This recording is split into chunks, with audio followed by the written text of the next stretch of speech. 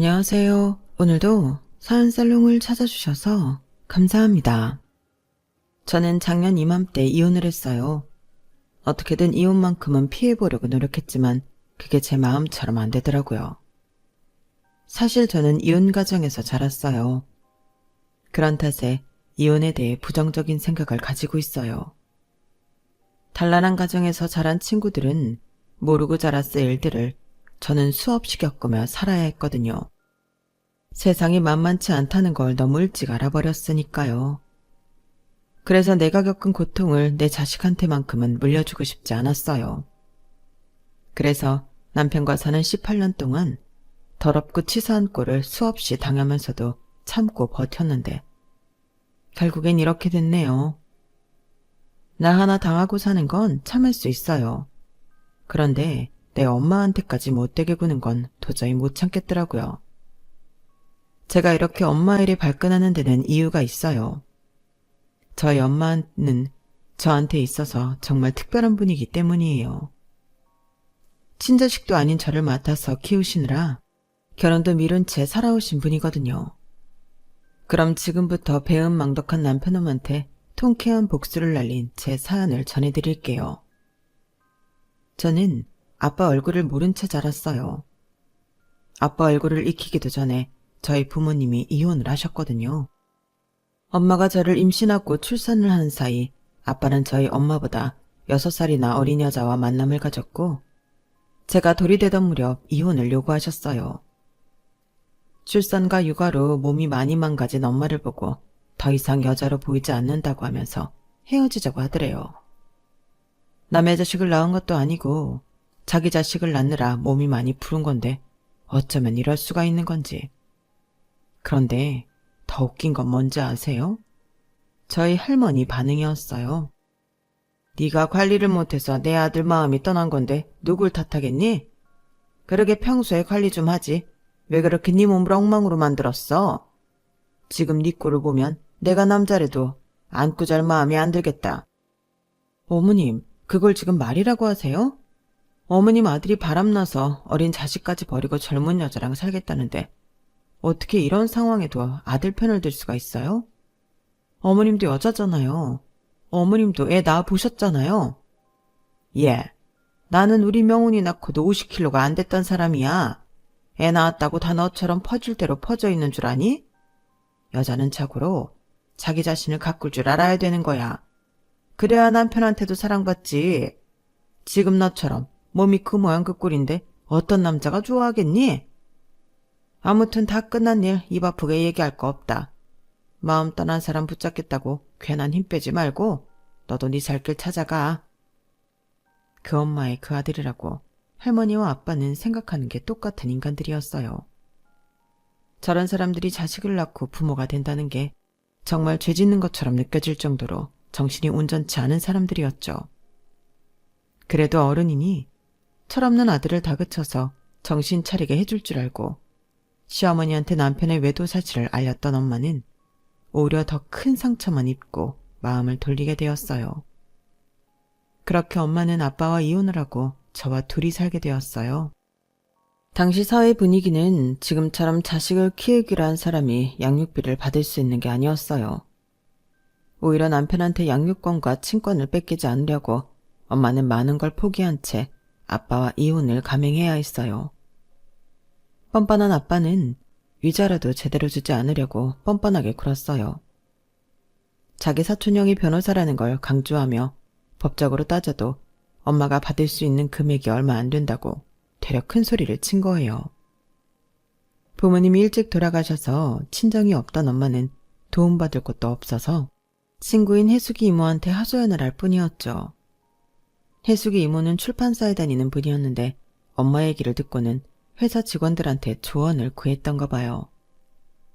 정미야, 일단 네 남편이랑 상간녀를 간통으로 고소하래. 그러면 자동적으로 이혼도 하게 되고 네 남편이랑 상간녀 둘 다 처벌받게 된다더라.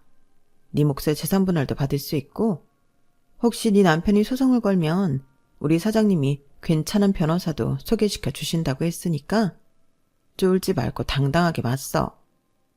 이혼할 때 하더라도 손에 뭐 좀 쥐고 해야 할 거 아니야. 애를 생각해서라도 네가 강해져야 돼. 알았지? 애 데리고 너 혼자 다니기 힘들 테니까 내가 같이 다녀줄게. 일단 그 집에서 나와서 우리 집으로 와. 그렇게 엄마는 해숙이 이모랑 같이 다니면서 일을 처리해 나갔어요. 처음에는 뻔뻔하게 엄마를 맨몸으로 내쫓으려 했던 아빠는 뒤늦게야 사태를 파악하고는 엄마한테 간통죄만큼은 피하게 해달라고 통사정을 했어요. 그렇게 해주면 위자료도 충분히 주겠다고요. 모든 걸 저희 엄마 탓으로 돌리던 할머니도 이번엔 눈물로 호소하며 부탁을 하셨어요. 엄마는 해주기 이모와 상의 끝에 고소를 취하하기로 했어요. 대신 위조료와 더불어 아빠랑 상간녀가 엄마 앞에서 무릎을 꿇고 빌라고 했죠. 당장 간통죄로 직장까지 잃을 위기에 처해 있던 아빠는 뭐든 다 하겠다며 상간녀를 데리고 와 엄마 앞에서 무릎 꿇고 싹싹 빌었어요. 불과 얼마 전까지 창피한 줄도 모르고 마치 세기의 로맨스라도 하는 것처럼 꿀값을 떨던 두 사람은 눈물 콧물 더 빼면서 모냥 빠지는 간통범의 모습이 되었어요. 이혼 후에도 엄마랑 저는 해숙이 이모 집에서 계속 지내게 되었어요. 이모가 그렇게 하자고 했거든요. 위자료로 받은 돈은 잘 가지고 있다가 하고 싶은 게 생겼을 때 가게를 차리든 하기로 했어요.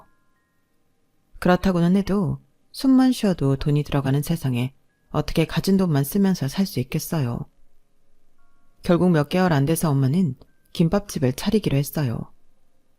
엄마가 선택한 김밥집은 요즘에도 흔히 볼 수 있는 김밥 체인점이었어요. 엄마가 김밥집을 차린 데는 그럴 만한 이유가 있었어요. 김밥집이 식당이긴 하지만 대단한 요리 솜씨를 요하지 않기 때문이에요. 재료만 준비해 놓으면 그 자리에서 바로바로 싸서 주면 되고 곁들이로 파는 메뉴들은 다 간단한 분식 종류들이어서 만들기 쉬웠거든요. 하지만 젖먹이 아이를 데리고 장사를 한다는 건 생각처럼 쉬운 일은 아니었어요. 그래서 주방 이모님 한 분을 쓰기는 했는데 그분 때문에 엄마가 더 힘들어진 거예요. 그분이 자신보다 나이도 어리고 식당 운영 경험이 없는 저희 엄마가 만만했던가 봐요. 툭하면 걸근하고 마치 자신이 사장인 것처럼 저희 엄마를 부려먹기 일쑤였거든요. 퇴근 후 매일 가게로 찾아왔던 해숙이 이모가 그걸 보고 주방 이모님과 말다툼을 한 게 한두 번이 아니었어요. 그래서 결국엔 해숙이 이모가 직장을 그만두고 엄마와 함께 김밥집을 운영하게 되었어요. 마음이 잘 맞는 친구가 같이 장사를 하니까 솜씨는 서툴지 몰라도 오히려 가게 운영은 잘 되었고 주변 회사랑 학원, 교회에서 대량 주문이 들어오면서 가게는 금세 자리를 잡을 수 있었어요. 그 덕에 저는 잘하면서 금전적으로는 어려움 없이 잘할 수 있었어요. 엄마와 해숙이 이모의 사랑을 듬뿍 받으면서요. 현실은 아빠 없는 아이였지만 솔직히 말해서 아쉬울 건 하나도 없었어요. 엄마가 이혼하지 않았다고 해도 아빠는 제게 그 어떤 도움도 안 될 사람이었다는 걸 잘 알거든요. 제가 초등학교 3학년 때 아빠가 엄마 가게로 찾아온 적이 있었어요. 물론 저는 학교 수업 중이라서 만나지는 못했지만요. 그 사이 두 번째 이혼까지 하고 세 번째 결혼을 준비 중이던 아빠는 염치 없게도 엄마한테 돈을 끌어왔더라고요. 두 번째 아내랑 이혼할 때 가진 돈을 대부분 뺏겨서 월세집에서 살고 있는데 가볍게 만나고 있던 여자가 덜컥 임신을 했다는 거예요.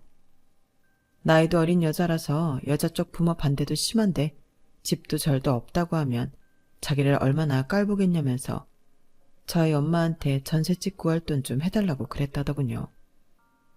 그런 아빠한테 엄마는 설거지하던 물을 퍼다가 얼굴에 퍼부으면서 그랬대요. 인생을 그따위로 막 사는 건 안 창피하고 돈 없는 것만 창피하냐고요. 8년 만에 찾아와서는 지 자식 잘 지낸지는 관심도 없고 뭐? 돈을 빌려줘? 월세집이 쪽팔려? 에라이 미친놈아. 너 같은 것도 인간이냐? 내가 돈이 남아더라도 차라리 그 돈으로 똥을 닦고 말지. 너한테는 절대 안 준다.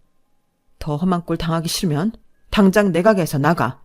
한 번만 더 그 더러운 낯짝 들고 나타나면 그때 네 면상에 똥물을 뿌려줄 테니까. 8년 전 순진했던 엄마를 생각하고 말만 잘하면 돈을 뜯어낼 수 있을 거라 믿었던 아빠는 그 사이 편에도 너무 변한 엄마를 보고는 무척 놀라는 눈치였다고 하더군요. 여차하면 대신 저희 아빠를 상대하려고 마음먹고 있던 해숙이 이모는 저희 엄마의 활약을 보고는 자신은 나서지 않아도 되겠다고 생각했대요. 여자는 약해도 엄마는 강하다고, 남편 없이 어린 딸을 데리고 살면서 엄마는 누구보다 강해졌던 거예요. 그날 엄마한테 호되게 당한 아빠는 이후로 단 한 번도 찾아오지 않았어요. 하지만 또 다른 불청객이 찾아와 우리 가정을 찢어놓고 말았어요. 제가 고등학교에 입학하고 한 달도 안 된 때였어요. 엄마가 자꾸 소화도 안 되고 살도 빠지고 복통까지 심해져서 병원에 갔는데 대장암 말기 판정을 받은 거예요. 이미 전이까지 된 탓에 수술을 해도 가망이 없다는 말을 들었고 그동안 단순 소화불량으로 알고 통증을 참아왔던 엄마는 한순간에 무너져 내리고 말았어요. 정말 어이없게도 대장암 판정을 받기 전까지는 그래도 멀쩡히 버티던 엄마였는데 대장암 말기라는 검사 결과를 듣자마자 정말 얼굴 색부터 까맣게 변해버리더라고요. 그리고는 불과 일주일 사이에 상태가 너무 안 좋아져서 바로 입원을 하게 되었지 뭐예요.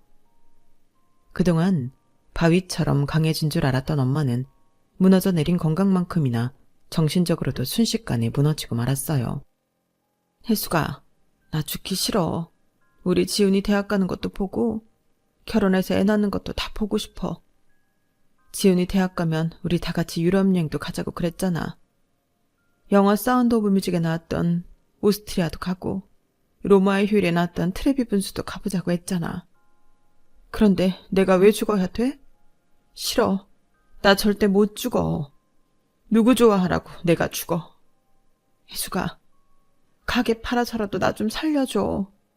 한국에서 수술 못한다 그러면 일본을 가든 미국을 가든 세계 어디로 가서든 나 좀 살려줘. 우리 치훈이 혼자 두고 나 못 죽어. 악을 쓰며 해숙이 이모를 잡고 울분을 터뜨리던 엄마는 그러다가도 마음이 진정된 때면 노트에 통장 비밀번호며 저와 관련된 신상 정보 등을 빠짐없이 적어두셨어요. 언제 엄마가 잘못될지 모르기 때문에 미리미리 준비를 해두신 거였죠. 대장암 말기 판정을 받고 3개월도 채 안 된 어느 날 엄마는 세상을 떠나고 말았어요. 이제 저는 고아가 된 거나 다름없었죠. 생물학적 아빠가 살아있기는 하지만 저는 그 사람을 아빠라고 생각하지 않았으니까요. 엄마가 돌아가시고 2주쯤 지났을 때였어요. 혜숙이 이모가 제 방에 들어와 얘기를 좀 하자고 하더군요. 솔직히 그때 저는 평소와 다른 이모의 무거운 표정에 살짝 겁이 났어요. 혹시 이모가 나보고 집에서 나가라고 하면 어쩌나 하고요. 그런데 그런 제 예상과 다른 말을 하지 뭐예요. 지훈아, 엄마랑 이모랑 그동안 많이 고민하고 내린 결정인데 네가 받아들여 줬으면 좋겠어. 운을 띄워놓고 이모는 한참이나 말을 잇지 못했어요. 그래서 제가 먼저 툭 말을 꺼냈죠. 나 집에서 나가라는 말 하려고 그러는 거야? 그래서 이렇게 뜸을 들이는 거냐고. 그러자 이모는 눈이 동그랗게 커지더니 어이없다는 듯 헛웃음을 지었어요. 너 지금 무슨 생각을 하는 거니? 내가 왜 너보고 나가라 그래? 넌 지금까지 나를 그런 인간으로 봐왔던 거니? 이지훈, 나 좀 섭섭하려고 그런다? 그럼 뭔데? 혹시 뭐 시집가? 만나는 남자 있었어? 설마 나 모르게 그동안 예전에 결혼하려고 했던 그 아저씨랑 다시 만나왔던 거야? 말해봐. 그런 거냐고. 걔가 정말 호랑이 담배 피던 시절 얘기를 하고 있네? 그 남자랑 헤어지고 이듬해 딴 여자랑 결혼해서 초등학생 아들이 있어. 그런 남자랑 내가 왜 만나? 그런 게 아니라 너 이제부터 내 딸하자. 뭐야, 난 또 뭐라고. 지금도 이모 딸 노릇하고 살잖아. 그런데 새삼스럽게 뭐 그런 소리래. 아니, 그냥 말로만 하는 엄마 딸 말고 서류상으로도 진짜 내 딸하자고. 내가 널 입양하겠다는 얘기야. 생각지도 못한 말에 저는 정신이 멍해졌어요. 비록 엄마가 돌아가시기는 했지만 그렇다고 이모 호적에 들어가 딸로 살자니 이게 무슨 말도 안 되는 소린가 싶더라고요. 게다가 그렇게 되면 이모는 자식 달린 처녀가 되는 건데 그러면 앞으로도 결혼하기 힘들 게 뻔하잖아요. 이모 미쳤어? 결혼 안 할 거야? 지금도 남자한테 인기 없는 이모인데 거기다 애까지 딸려있다 그러면 어떤 남자가 이모랑 결혼하겠다 그러겠어. 차라리 나보고 집을 나가라 그래. 안 그래도 나랑 우리 엄마 때문에 결혼도 포기했으면서 나보고 또다시 이모 인생 발목 잡으라는 거야? 싫어. 난 그러기 싫다고. 그건 사실이었어요. 우리 모녀가 이모 집으로 들어와 살게 되었을 때 사실 이모는 결혼을 약속한 사람이 있었다고 엄마가 그랬거든요. 오도 가도 못하는 우리 모녀를 돌보느라 이모가 결혼도 포기하고 우리를 데리고 살아준 거라고요. 그걸 다 아는데 어떻게 또다시 제가 이모 인생을 망치겠어요. 차라리 겁이 나더라도 혼자 방 구해서 사는 게 낫죠. 하지만 이모는 이런 제 마음도 모르고 제가 싫다고 하면 강제로라도 저를 입양하겠다고 그러더라고요. 저희 엄마랑도 이미 다 얘기가 끝난 거라면서요. 이모가 대책 없이 착하고 오지랖이 넓은 사람이라는 건 알았지만 이번에 정말 너무 나간 것 같다고 생각했어요. 그런데 네가 네 엄마한테 무슨 소리를 어떻게 들었는지 모르겠는데 나 정말 너희 모녀 때문에 결혼 포기한 거 아니야. 아무렴 내가 내 인생까지 포기하면서 너랑 네 엄마를 받아줬겠니? 내가 쪽팔려서 말 안 하려고 그랬는데 도저히 안 되겠다. 그래, 내가 이참에 솔직하게 다 털어놓을게. 내가 왜 잘 다니던 회사 그만두고 네 엄마 김밥집에서 일을 시켰는지 알아? 네 말대로 그때 결혼을 전제로 만나던 사람이 있었어. 같은 회사에 다니던 사람이었는데 그 남자 집에 인사드리러 갔다가 욕만 옴팡 얻어먹고 쫓겨났다. 시어머니 될 사람이 천혜고아인 나를 며느리로 들일 수 없다고 길길이 날뛰면서 차라리 자기를 죽이라고 칼 들고 난동을 부리셨거든. 그래도 난 그 사람이 나를 택할 거라고 믿었는데 다음날 회사 옥상으로 불러서 그러더라. 이 결혼 도저히 안 되겠다고. 여자는 다시 만나면 되지만 엄마는 다시 만날 수 없지 않냐면서 말이야. 속으로는 야속하고 미웠지만 웃는 얼굴로 쿨하게 그러자고 했어. 어차피 마음 정리한 사람한테 매달려봤자 내 꼴만 더 우스워질 게 뻔하니까 더 상처 입기 전에 내가 발을 뺀 거지. 막상 그래놓고는 앞으로 회사에서 마주칠 게 겁이 나는 거야. 그래서 회사 그만두고 네 엄마 밑에서 일 시작한 거고. 그러니까 내가 너 때문에 결혼도 포기했다는 착각은 하지 말라는 거야.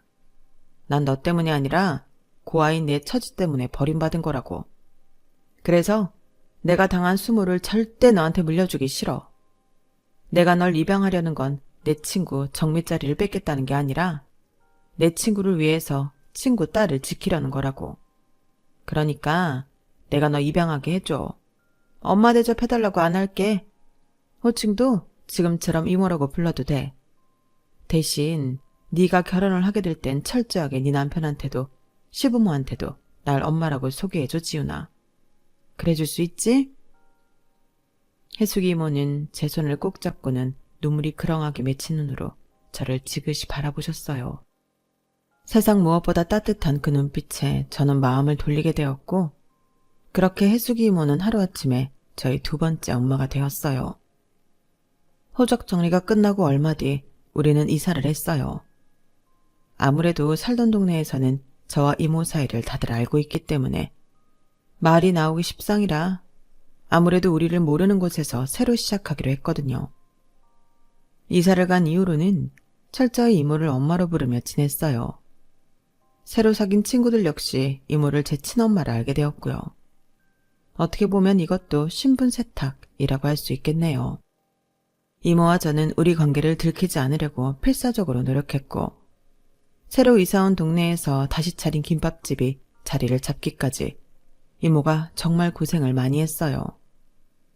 전에 있던 동네에서는 이미 고정 단골이 있어서 딱히 노력을 하지 않아도 기본 매상이 나왔지만 새로 옮긴 곳에서는 입소문이 퍼지기까지 시간이 꽤 걸렸거든요. 게다가 저희 엄마랑 둘이 하는 일을 낯선 사람과 손을 맞춰가며 해야 했기 때문에 이모는 이전보다 몇 배나 힘든 상황이었어요. 그런데도 제 앞에서는 늘 자신감 넘치는 모습으로 당당하게 서 계셨죠. 그 모습에 저도 노력을 더 해야겠다고 마음먹었고 애써 엄마라는 호칭을 피해오던 저는 그 무렵부터 일부러 더 이모를 얼마라고 불러댔어요.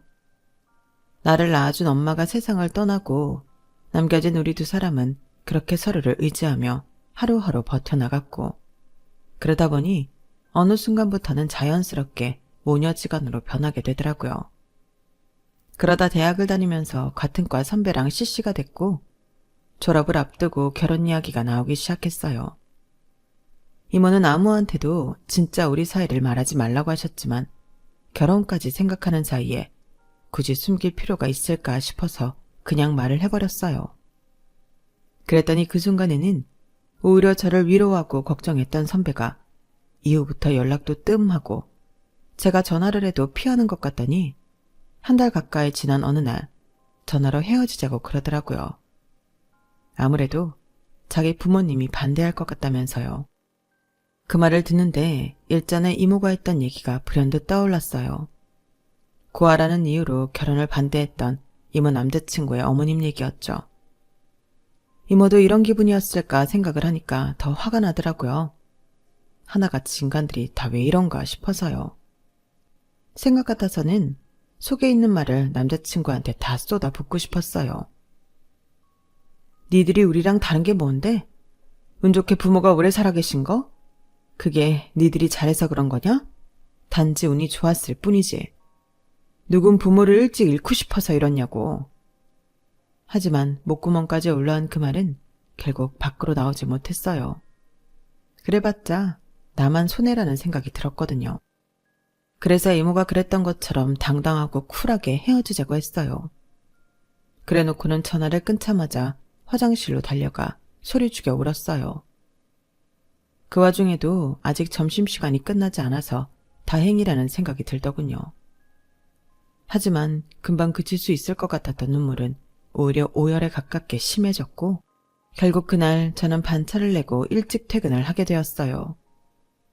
회사에서 하도 울어서 그런가 집에 들어서자마자 몸이 까무러치는 게 몸에 힘이 하나도 안 나더라고요. 그래서 쓰러지듯 잠이 들었는데 몇 시간 자고 나니 번쩍 눈이 뜨이더라고요. 차라리 쭉 잠이 들었으면 모를까 눈을 뜨고 나니 머리에 잡생각이 들끓어서 도저히 맨정신으로 못 버티겠더라고요. 마침 다음 날이 휴일이라서 친구라도 불러 술을 마실까 했는데 입사 동기한테 전화가 왔지 뭐예요. 바로 현재 제 남편 말이에요. 팅팅 부은 눈으로 간 게 내내 마음에 걸렸다며 괜찮냐고 묻더군요. 우리가 평소 사적으로 만날 정도로 친한 건 아니었는데 이상하게 그날은 제가 좀 지쳤었는지 대뜸 술이나 한잔 하자고 그랬지 뭐예요. 그렇게 약속 시간과 장소까지 잡아놓고는 전화를 끊자마자 후회했어요. 거울에 비친 제 얼굴이 아주 가관이었거든요. 눈에 모기를 한 열대빵 맞은 것처럼 퉁퉁 부어서는 눈의 감각조차 무뎌진 상태였으니까요. 그런데 또 혼자 궁상 떨고 싶지는 않고 해서 야밤에 선글라스를 끼고 약속 장소로 향했어요. 저러고 남편은 대충 상황을 짐작한 것 같은데도 무슨 일인지 캐묻지는 않았어요. 그냥 일상적인 대화만 이어갈 뿐이었죠. 차라리 편하게 무슨 일이냐고 물어봐주면 술을 핑계 삼아 다 털어놓고 날 차버린 놈 욕이라도 실컷 할 텐데 그러지 못하니까 답답하고 입이 근질거리더라고요. 이럴 거면 혼자 집에 있지 뭐하러 이꼴로 나와서 술을 마시고 있나 하는 생각이 들었어요. 그렇게 한 잔 두 잔 술이 들어가니까 자제력도 떨어지고 결국 제 입으로 말을 뱉고 말았죠. 나 남자친구랑 헤어졌어. 결혼하자고 그러더니 내가 고아라는 얘기 듣고는 바로 헤어지자네? 개새끼. 언제는 결혼하자고 사람 들들 볶더니 부모 없다고 다 빨아먹은 개뼈다귀처럼 차버리냐? 태호 씨는 어떻게 생각해? 이게 말이 된다고 생각해? 그러자 남편은 고개를 갸웃거리며 그러더라고요. 이상하네. 몇 주 전에 새 구두 신고 와서는 엄마가 사주신 거라고 하지 않았어? 불과 몇 주 만에 어머님이 돌아가신 건 아닐 텐데. 아, 그건 말이지. 술김에 그랬는지 제 기준에 제 상황이 창피할 일이 아니라고 생각해서 그랬는지. 저는 현재 엄마가 내 친모가 아니라는 것과 친모가 죽고 난 뒤 현재 엄마가 나를 입양했다는 얘기까지 가감없이 다 털어놓았어요. 그 외에도 참 많은 얘기를 했던 것 같은데 그때는 이미 필름이 끊긴 상태에 떠들어댔던 거라서 제가 무슨 말까지 했는지는 기억이 안 나네요. 다만 그날 남편 앞에서 했던 말들이 결국 부메랑이 되어 제 목을 치게 된 것만은 확실해요. 남편은 그날 술에 취해 떠들었던 제 술주정을 다 받아주고 집까지 업어서 데려다 줬어요. 그 바람에 그때까지만 해도 아무 사이가 아니었던 우리 두 사람은 엄마한테 딱 찍혀버리게 되었죠. 다 큰 딸 자식이 술에 취해 남자 등에 업혀 집에 들어왔으니 어느 부모가 둘 사이를 의심하지 않겠어요. 우리가 사귀게 된 건 그로부터 1년쯤 뒤였음에도 불구하고 저희 엄마는 그때부터 우리 두 사람이 사귀고 있던 걸로 오해하셨어요. 남자친구와 헤어진 날 제가 떨어선 진상짓을 고스란히 혼자 받아냈던 남편은 그날 일을 계기로 저와는 허물없는 사이가 되었어요. 남녀가 툭하면 만나서 술도 마시고 주말엔 같이 영화도 보러 다니고 했으니 관계가 깊어지지 않는 게 이상한 일이었죠. 결국 우리는 직장에 비밀로 한 채 연애를 시작했고 그렇게 1년 연애 끝에 결혼을 하게 되었어요. 제 출생부터 사소한 집안 사정 하나까지 다 알고 있는 남자라서 오히려 마음이 놓이더라고요. 그런 사실을 알고도 저랑 결혼할 생각을 해준 남자였으니까요. 그래도 시댁 식구들한테만큼은 저와 엄마의 관계를 비밀로 하고 싶었어요. 아무래도 눈치도 보이고 괜히 남들 입에 오르내리기 싫었거든요. 다행히 남편도 그런 제 뜻을 따라주었고 그 점에 대해서는 고맙게 생각했어요. 저희 시부모님은 지방에서 농사를 지으시는데 땅이 많은 것도 아니고 그렇다고 농사 외에 부수입을 올릴 만한 작물을 키우시는 것도 아니어서 생활이 그리 넉넉하지는 않았어요. 그럼에도 저랑 저희 엄마 앞에서는 엄청 목에 힘을 주고 계셨어요. 어머님 말씀대로라면 원래 아들 가진 부모는 세상 두려울 거 없이 당당한 거라고 하시더군요. 집안 대를 이었으니 말이에요. 요즘은 어디 가서 그런 소리 하면 창피당하기 일쑤겠지만 제가 결혼을 준비하던 때만 해도 아들 가진 부모들의 유세가 좀 있는 편이었어요. 당신 아들이 대단한 판사나 검사나 의사가 아니어도 말이죠. 그리고 그런 이해 안 가는 생각은 상견례 자리에서 바로 나타나더군요. 나는 이 나이 먹도록 시골에서 농사만 짓고 살아온 사람이오시다. 나는 정치도 모르고 경제도 모르는 사람이에요. 그저 내 몸뚱이 하나 가지고 성실하게 농사지어서 내 처랑 자식들 먹이고 입히는 것만 알고 산 사람입니다.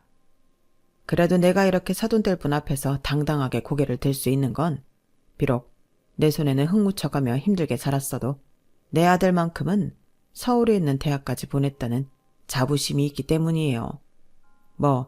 딸만 덜렁 낳은 안사돈 앞에서 이런 말 하긴 좀 그렇지만 나는 조상들 앞에 서면 면설 정도는 다 하고 살았다는 얘기입니다. 아들 낳아 대를 이었고 아들 녀석을 서울에 있는 대학도 보내서 번듯한 회사까지 다니게 했으니 이만하면 내 할 일 다 한 거 아니겠습니까? 음식이 식는 줄도 모르고 일장연설을 하시는 아버님 앞에서 저희 엄마는 조용히 고개를 끄덕이셨어요. 그런데 그래서 말입니다, 사돈. 듣자 하니 하시는 식당이 꽤 잘 된다고 하던데 수십 년 그렇게 장사를 해왔으면 벌어놓은 돈도 꽤 되지 않을까 생각합니다. 자식이 둘셋 되는 것도 아니고 딸랑 딸내미 하나인데 딸 자식 결혼하는 마당에 부모로서 돈 아낄 이유가 있겠습니까? 아버님 말씀이 점점 이상한 분위기로 돌아가자 저는 남편한테 눈치를 주었어요. 남편 역시 당황한 표정으로 좌불안석이더라고요. 그리고 마침내 아버님 입에서 결정적인 말이 튀어나왔어요. 아들 가진 유세라고 해도 좋습니다. 하지만 내가 죽으면 어차피 내 재산 누구한테 가겠습니까? 맏아들한테 가지 않겠어요? 그래서 말인데 이참에 우리 집에 땅을 좀 사주셨으면 합니다. 예단 대신이라고 해도 좋고 혼수 비용이라고 해도 좋습니다. 기왕 딸 자식 혼사 치를 마음으로 이 자리에 나오실 텐데 그 정도 돈 쓸 각오는 하고 나오는 게 당연한 거 아닙니까? 말도 안 되는 논리를 앞에서 저희 엄마한테 땅을 사달라고 당당하게 말하는 아버님 때문에 순식간에 로만의 분위기는 싸늘해졌어요. 남편은 얼굴이 홍당무처럼 발갛게 달아올라서는 자기 아버지한테 불맨 소리를 해댔어요. 아버지, 왜 이러세요? 저희 결혼하는데 도움은 못 주실 망정 땅을 사달라뇨.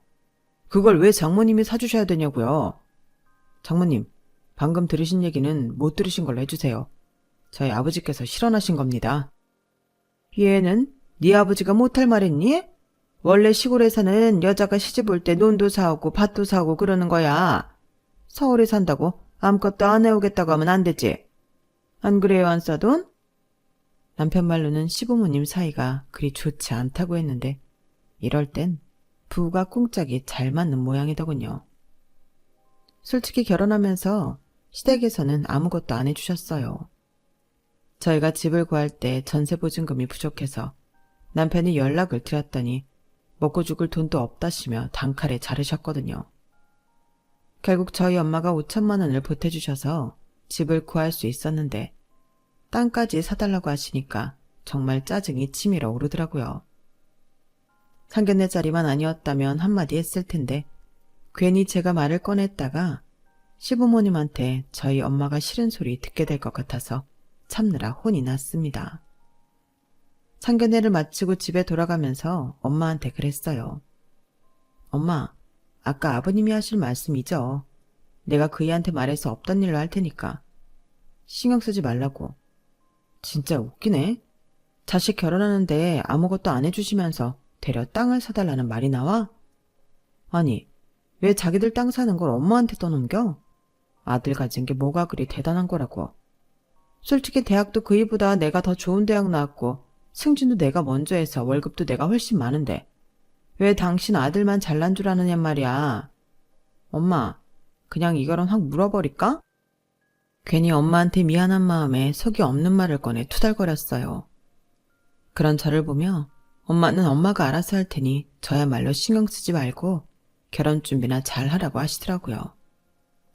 사실 예식장 문제도 그렇고 웨딩 촬영에 혼수 준비까지 머리가 터져 나갈 지경이어서 저는 그 후로는 땅 문제에 신경을 쓰지 못했어요.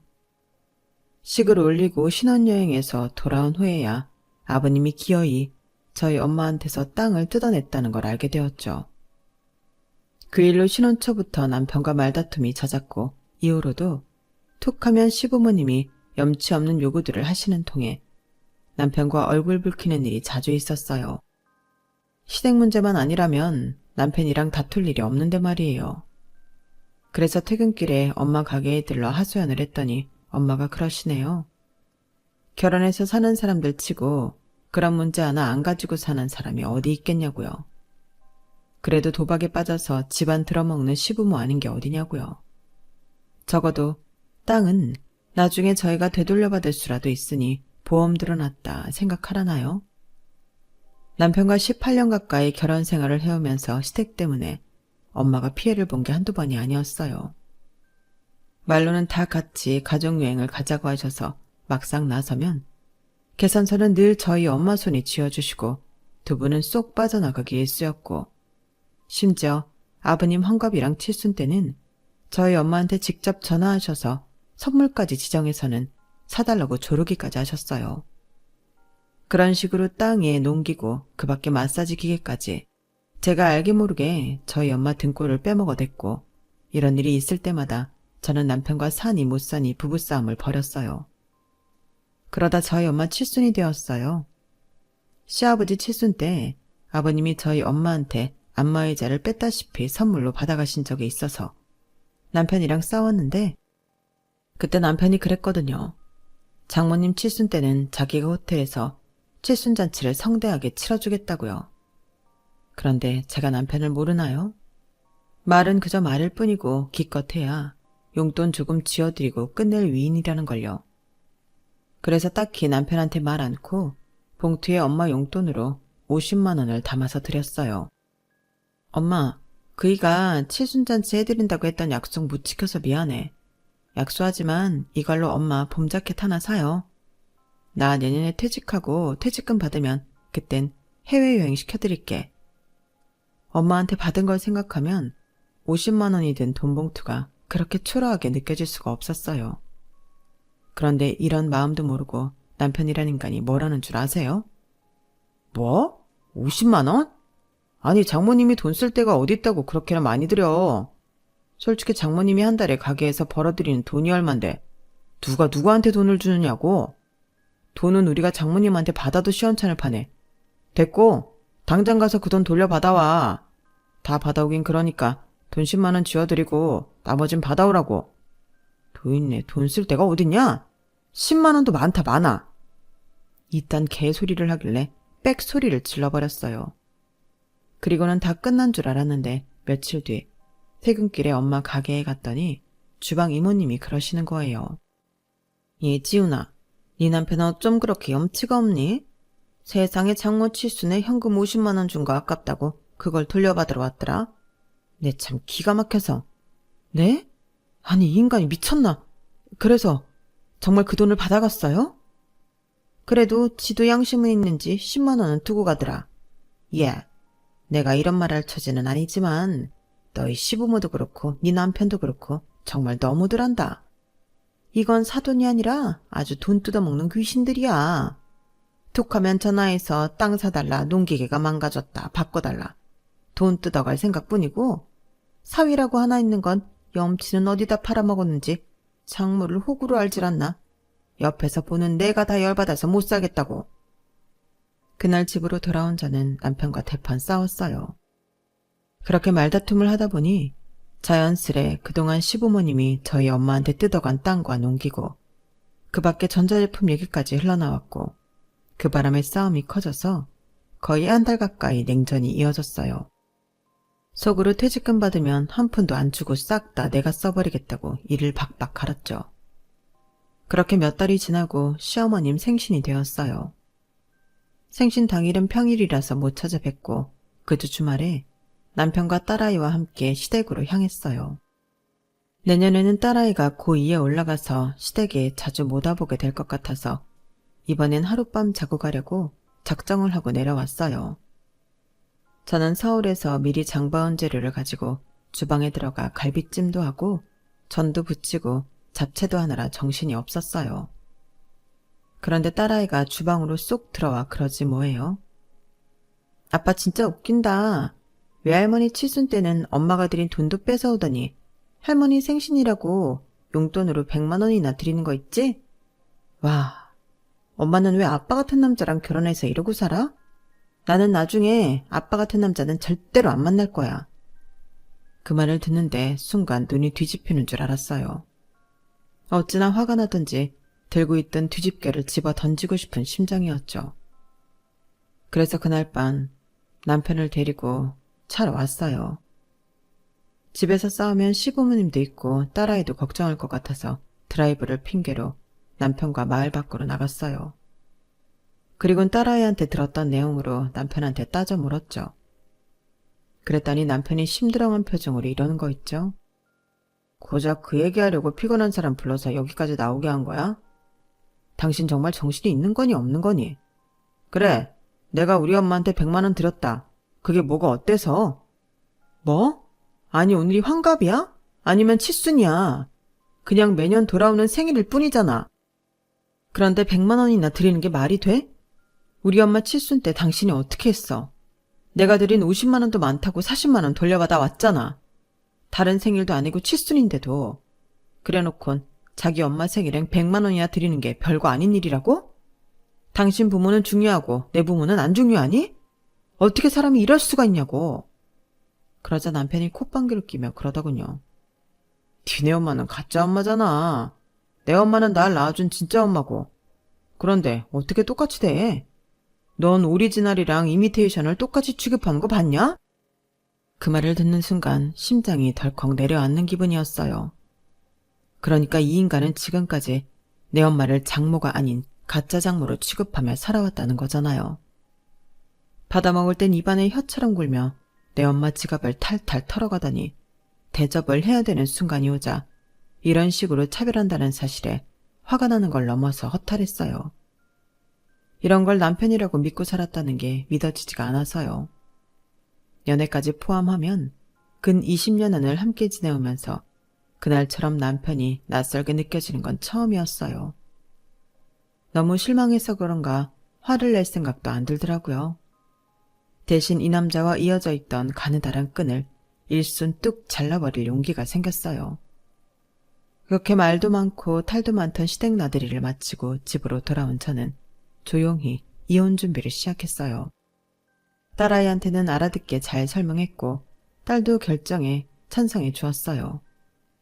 그리고 엄마한테도 찾아가 상황을 말씀드렸어요. 엄마는 별 말씀 없이 낮은 한숨만 쉬시더라고요. 모르긴 해도 엄마 역시 제 결혼 생활이 위태롭다는 걸 인지하고 계셨던 것 같더라고요.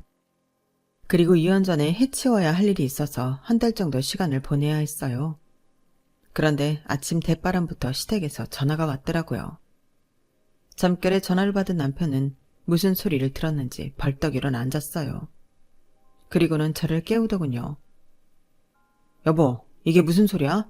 아침부터 사람들이 찾아와서 아버지 경운기랑 트랙터랑 암튼 농기계랑 농기계는 죄다 가져가겠다고 그런데 아버지 말로는 당신한테 이미 돈 줬다고 그랬다는데 정말이야? 아, 벌써들 오셨구나. 농사 짓는 분들이라 부지런도 하시네. 맞아, 내가 당근마켓에 올려서 다 팔아버렸어. 아, 그리고 조만간 논이랑 밭주인도 올 거야. 내가 죄다 팔아버렸거든. 뭐? 당신 미쳤어? 그걸 왜 당신이 팔아? 어머머? 왜긴 왜야? 그거 다 우리 엄마가 산 거잖아. 그러니까 당연히 엄마 딸인 내가 처분하는 거지. 그 오랜 기간 렌트비 한 푼 안 내고 잘 썼으면 고마운 줄 알아야지. 어디서 큰 소리야, 염치 없이. 내가 당신 부모 물건에 손을 댔어? 아니잖아. 내 엄마가 돈으로 산 것들만 골라서 판 건데 왜 당신이 나한테 도둑놈 취급을 하는 거냐고. 아, 그리고 이 집도 정리한 거야. 당신 그거 알지? 우리 신혼 찍고 할 때 우리 엄마가 5천만 원 해주셨던 거. 그 돈이 고스란히 이 집 사는데 들어갔잖아? 그거 5천에 거기에 대한 지금까지 은행이자 붙여서 우리 엄마한테 돌려드릴 거니까 당신도 그렇게 알아. 아, 그래도 내가 당신처럼 야박하고 염치 없는 인간은 못 돼서 차마 아버님이 그간 우리 엄마 땅에서 농사 짓고 사신 비용은 못 받겠더라. 그러니까 고맙게 생각하고 얼른 당신도 당신 살 길 챙겼으면 좋겠어. 아, 화장대 서랍에 이혼 서류 넣어뒀거든. 내 건 내가 다 썼으니까 당신 분량 채워도 놔둬. 어차피 일말의 정도 안 남았는데 같이 부부를 살 필요 없잖아. 혹시나 애 핑계 댈까봐 하는 말인데 지우도 우리 이혼 찬성이라니까 괜히 고집부리지 마. 당신이 끝까지 이혼 못하겠다고 질척대면 당신이 주식한다고 1억 가까이 날린 거 문제 삼을 테니까 그런 줄 알고. 여보, 갑자기 왜 이래? 뭐 잘못 먹었어? 아니 멀쩡하던 사람이 어떻게 하루아침에 이렇게 변해? 당신 혹시 남자 생겼어? 그런 거지. 어떤 놈이야? 어떤 놈이길래 당신이 하루아침에 이렇게 미쳐서 이혼 타령을 해? 말해. 말하라고. 이 멍청아. 무슨 개소리를 하고 있어. 내 인생에 너라는 남자 하나만으로도 진절머리가 나는데 남자? 너는 고작 그 정도밖에 생각을 못하니? 내가 너한테 왜 정머리가 떨어졌는지 아직도 모르겠어? 이게 이유야. 남의 가슴에 상처를 입혀놓고도 아무것도 모르고 자기 잘못도 모르는 당신의 이기적이고 뻔뻔함 때문이라고. 마지막으로 한마디만 해줄까? 네 부모가 귀하면 남의 부모도 귀한 거야. 나는 내 엄마 알기를 개떡같이 아는 너 같은 놈이랑은 한순간도 더 함께하고 싶지 않단 얘기야. 그러니까 더는 내 인생에서 질척대지 말고 꺼지라고. 그렇게 저는 남편과 이혼을 했고 그동안 시부모님이 저희 엄마한테 뜯어먹었던 모든 것들을 당근마켓에 올려 팔아치웠어요. 당연히 제 값은 못 받았죠. 애초에 돈 챙길 목적은 아니었어요. 그 인간들이 더는 쓰지 못하게 없애버리는 게 목적이었으니까요.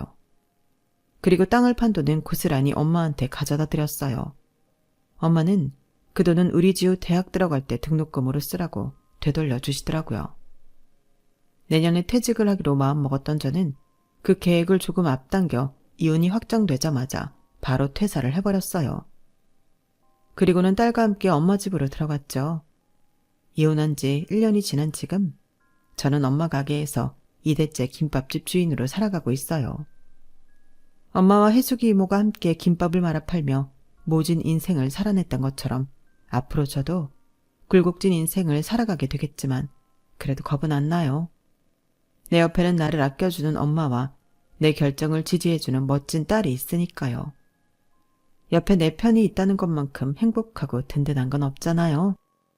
지금까지 제 사연을 들어주셔서 감사합니다. 여러분들 곁에도 소중한 인연들이 있으시길 바랍니다. 행복하세요. 여러분, 사연 댓글에 응원과 현명한 조언 부탁드려요.